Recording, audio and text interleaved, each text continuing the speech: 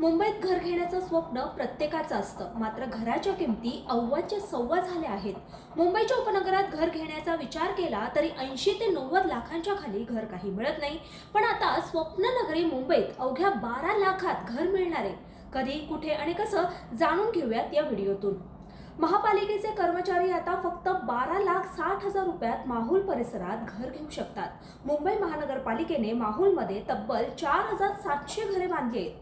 याआधी काही अटी लावण्यात आल्या होत्या, मात्र आता काही अटींमध्ये बदल करण्यात आले आहेत. बदललेल्या अटीनुसार श्रेणी 1 मधील कर्मचारी वगळता सर्व श्रेणीतील कर्मचारी आणि अधिकारी घरासाठी अर्ज करू शकतात.